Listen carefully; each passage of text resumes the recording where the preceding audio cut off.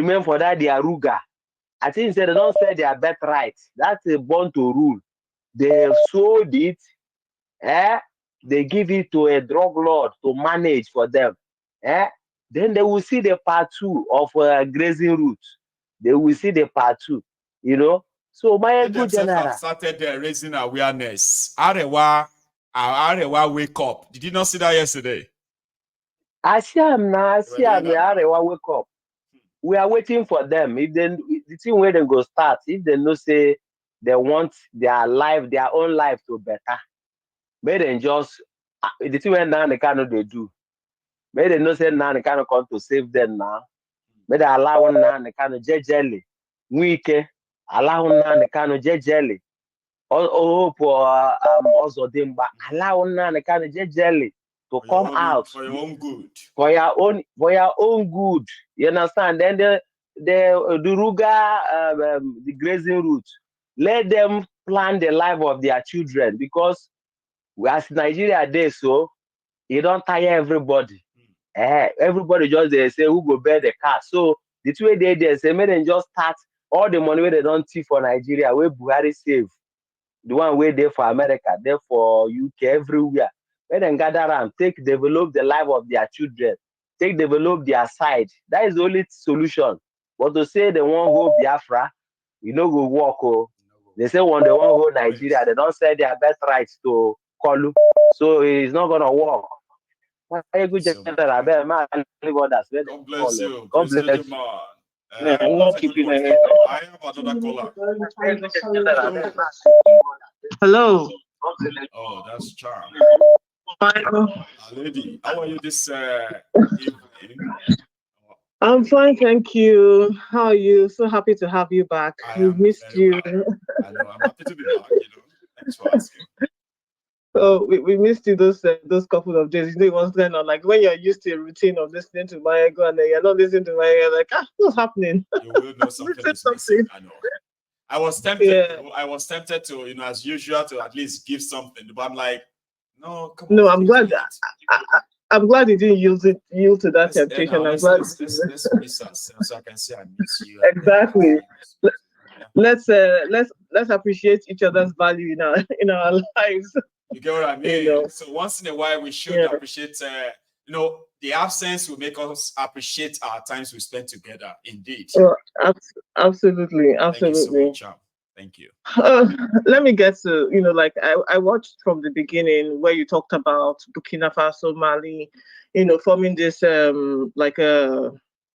it I don't know what word to use, but they're coming together to form like a unit. A block, of the Sahel. That's the new block. Okay, the state of the Sahel. Okay, yeah. So I think it's really I think it's fantastic. I think it's a good thing that they're doing for themselves, and for their own people. At the end of the day, I've always and how they kind of like withdrew themselves from all of these foreign entities and everything. And I think something I've always said on this platform is if I were to become, the president of a country and everything in Africa, that's one of the first things I'll do is to extricate myself from all of those entities, because none of those entities have ever served the people. They haven't lifted anybody out of poverty. They have ensured that generations will remain in poverty. So one of the first things I would do, which is what they've done, is to educate myself from all of those entities, and I'm so proud of them for doing that. And I would even go further to say that, like how they said that they, they're going to be doing, business among them, they're going to be trading amongst themselves and things like that. It's something I've felt strongly about that. This whole idea that we must trade with the West, I think is a wrong idea that we've been sold. I'm not saying don't trade with the West, but what about trade in your own continent between one another, strengthening your own currencies between yourselves, I'm not acquiring debt because you want to be part of an international community. You see what I'm saying, right? So I think it's really a positive thing, and I think it's something that everyone should try to think about as we hope for the birth of new nations like, Oduduwa, Biafra and things like that. So as you're thinking about, okay, you're going to have all these new countries and things like that, you also have to be thinking about how you want to interact with the world as well, and knowing that, okay, for the success of your own people, there are certain people that you might hold off on interacting with, and then I think people you should never run to, because this is the mistake that some of these, not just new countries that are imagined or that will be imagined. These are the new leadership we imagine, right? But I'm talking about the existing structures in Africa where politicians, once they access power, boom, they are running to America, running to London, running to London and all of running to France and all of these places. Countries. I feel like even those countries, they just need to take a pause. Do you understand? And say, okay, is this what is beneficial for my people? We have been doing this for decades and my people are still poor. So maybe we need to not go there. Maybe we need to actually look inwards. And they always tell you to say that charity begins at home. What are you running to all of these places to go and do? Start from your own country. Start to understand exactly what the needs are and how to meet those needs before you start going outside borrowing money and things like that.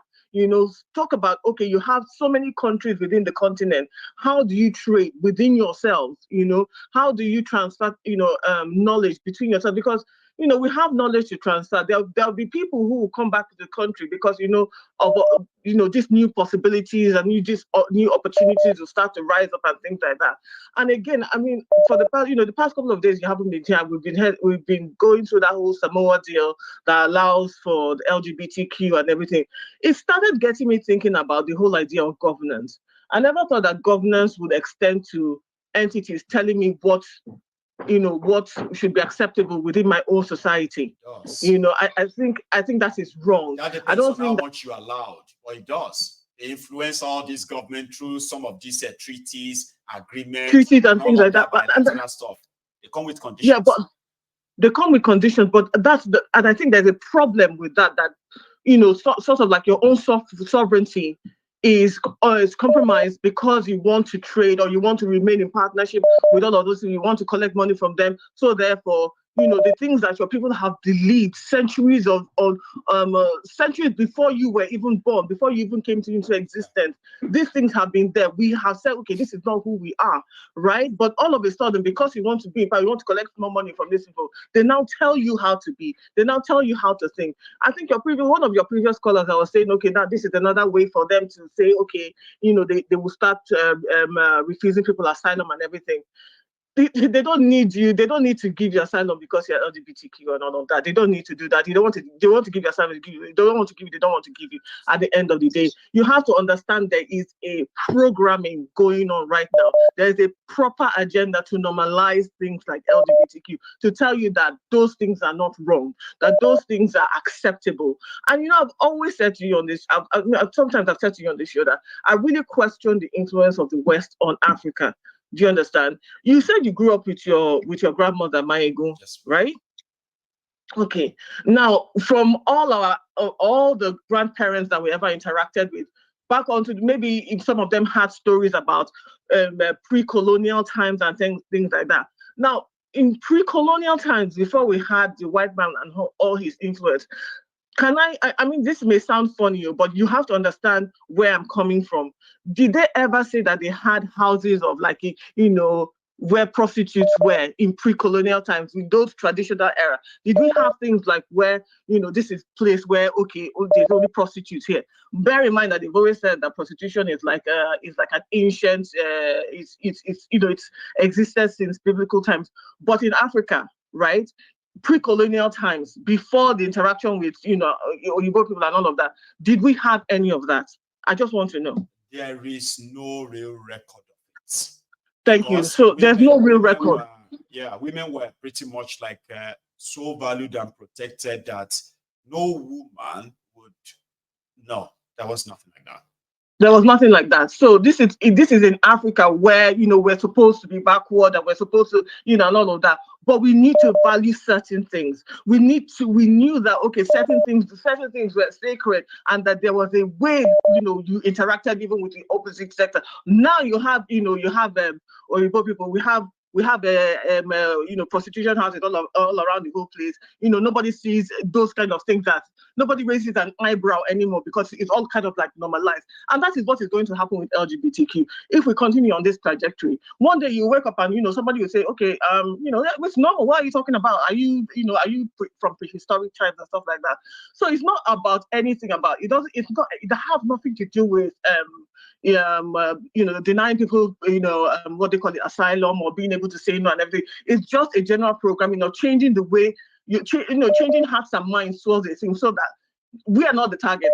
The target is our children's children. When they wake up and there's nobody raising an eyebrow about, this is wrong and that is wrong. And even if you point out to them in the Bible, okay, this is wrong and everything, they'll tell you, oh, that's biblical times. They didn't mean it that way. Do you see where I'm coming from? So it really doesn't have anything with any of that.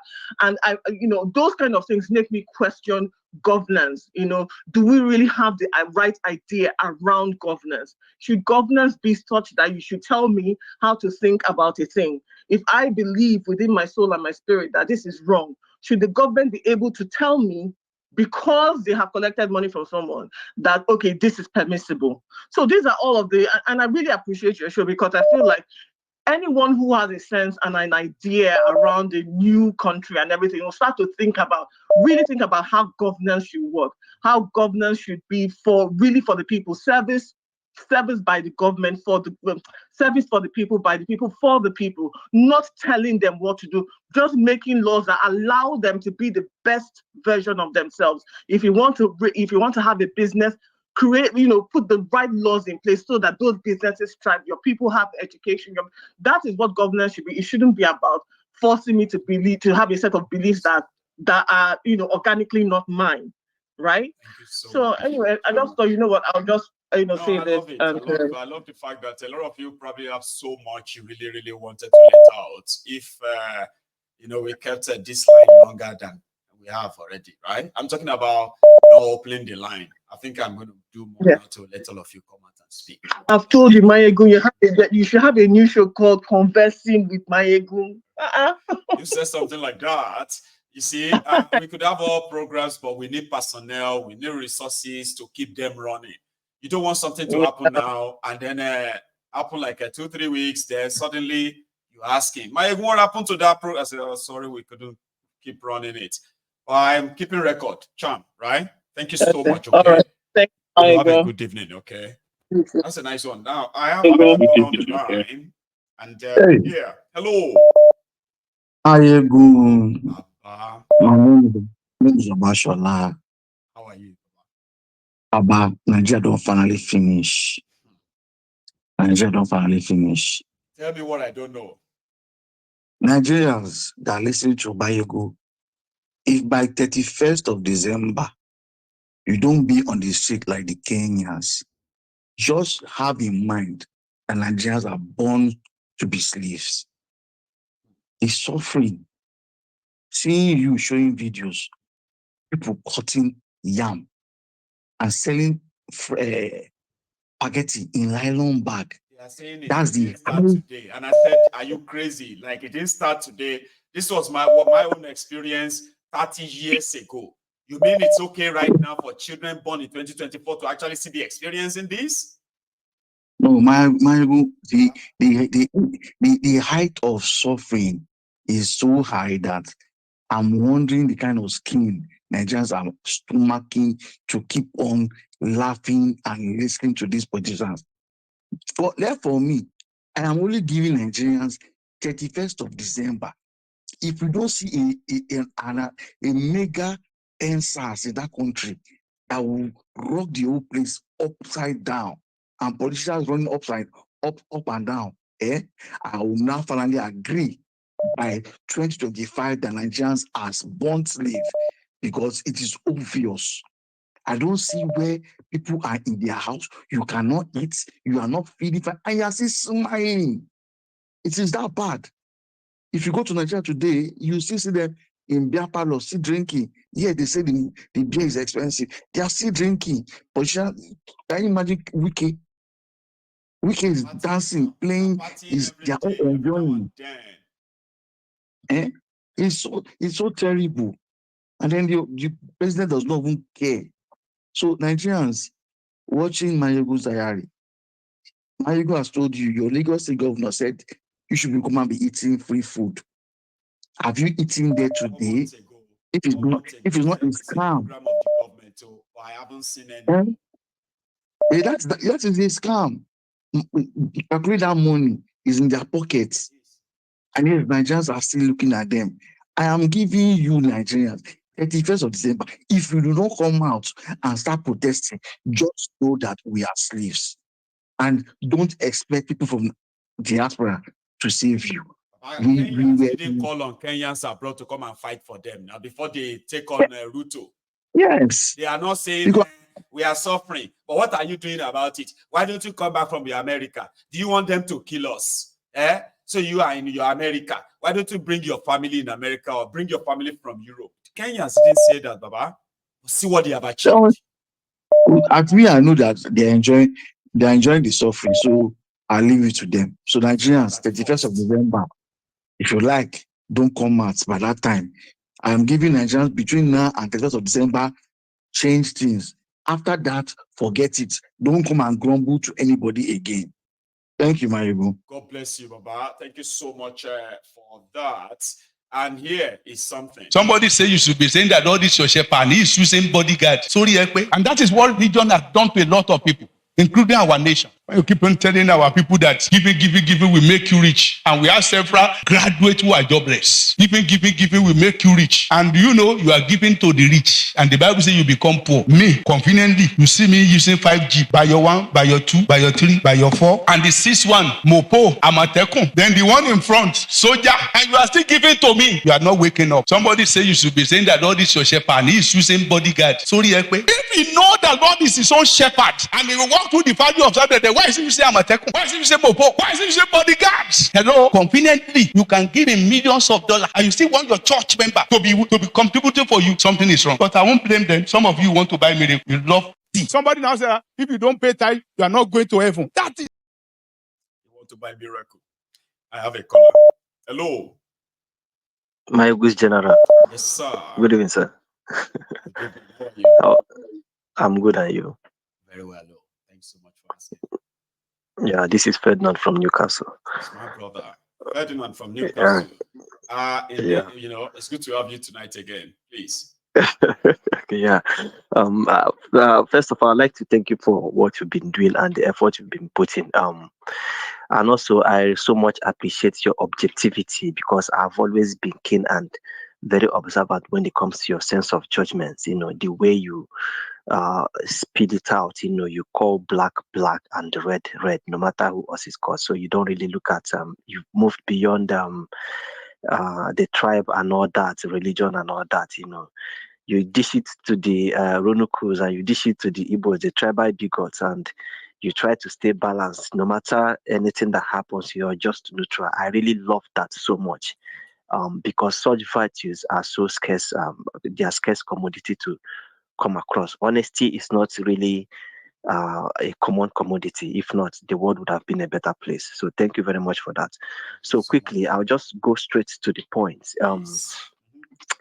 I'll just go straight to the point. I listened to your broadcast. I started playing the old ones the 2 days you were absent at work, just to keep myself going at work and all that. It was really nice.